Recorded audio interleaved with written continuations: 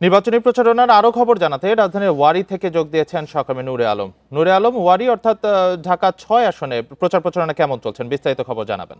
দিন পর রাজধানী জুড়ে নির্বাচনী জমজমাট হাওয়া বইছে। আমরা দেখছি সকাল থেকেই প্রার্থীরা প্রচারণা চালাচ্ছেন।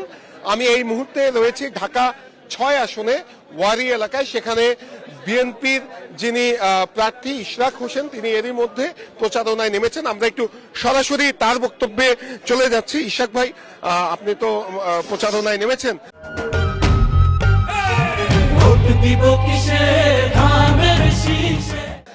কেমন মানুষের সাথে কথা বলছেন, কেমন সাড়া পাচ্ছেন এবং মানুষকে কি প্রতিশ্রুতি দিচ্ছেন?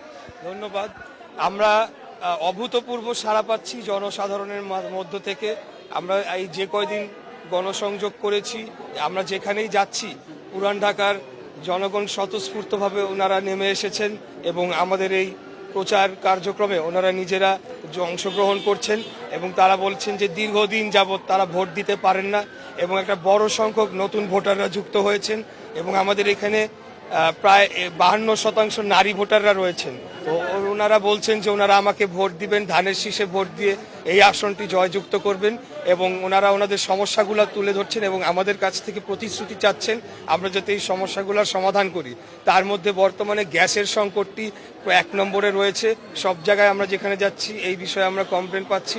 আমিও আশ্বস্ত করেছি যদি আমি নির্বাচিত হই তাহলে গ্যাসের সংকট আমি নিরসনে কাজ করে যাব এবং অন্যান্য যে নাগরিক সমস্যা রয়েছে, জলাবদ্ধতা, যানজট, পরিবেশ দূষণ, বর্জ্য ব্যবস্থা ইত্যাদি, এগুলোর বিষয়ে আমরা প্রতিশ্রুতি দিয়ে যাচ্ছি এবং 31 দফার আলোকে ভবিষ্যতে আমাদের বাংলাদেশ নিয়ে যে পরিকল্পনা রয়েছে শিক্ষা, স্বাস্থ্য এবং বেকারত্ব দূরকরণ নিয়ে, সেগুলোর বিষয়ে আমরা কথা বলছি। অসংখ্য ধন্যবাদ। আমরা শুনছিলাম ঢাকা ৬ আসনের বিএনপির প্রার্থী ইশরাক হোসেনের বক্তব্য।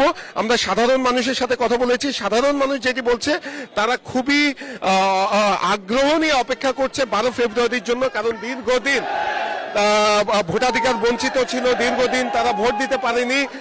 তাই 12 ফেব্রুয়ারি তারা ভোটের মাধ্যমে তাদের নেতৃত্ব নির্বাচিত করবেন এবং যেটি তারা বলছেন যে রাজধানীর আসলে বেশিরভাগ এলাকার সমস্যাগুলো একই রকম, গ্যাসের সমস্যা, রাস্তাঘাটের সমস্যা, অপরিকল্পিত নগরায়ন, সন্ত্রাস, চাঁদাবাজির সমস্যা। সেই সমস্যাগুলো দূরের জন্য যে প্রার্থী কাজ করবে এবং যাকে তাদের যোগ্য মনে হবে তাকেই তারা নির্বাচিত করবেন। আমরা দেখেছি যে সকাল থেকেই প্রার্থীরা প্রচারণা চালাচ্ছেন। ঢাকা ৬ আসন, ঢাকা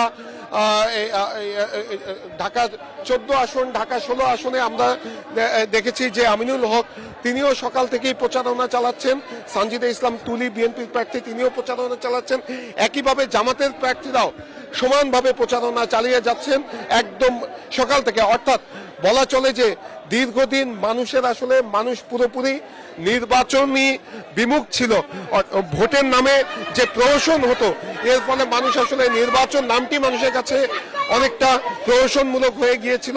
সেখান থেকে বের হয়ে এসে আবারও মানুষ ভোটাধিকার ফেরত পাচ্ছে। 12 ফেব্রুয়ারি ভোট অনুষ্ঠিত হবে।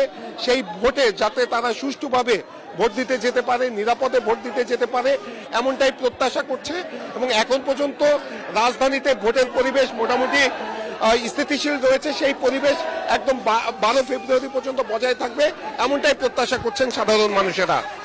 জি, জমজমাট প্রচারণা চলছে। ওয়ারী থেকে নির্বাচনী প্রচারণার খবর জানাচ্ছিলেন আমাদের সহকর্মী নূরে আলম।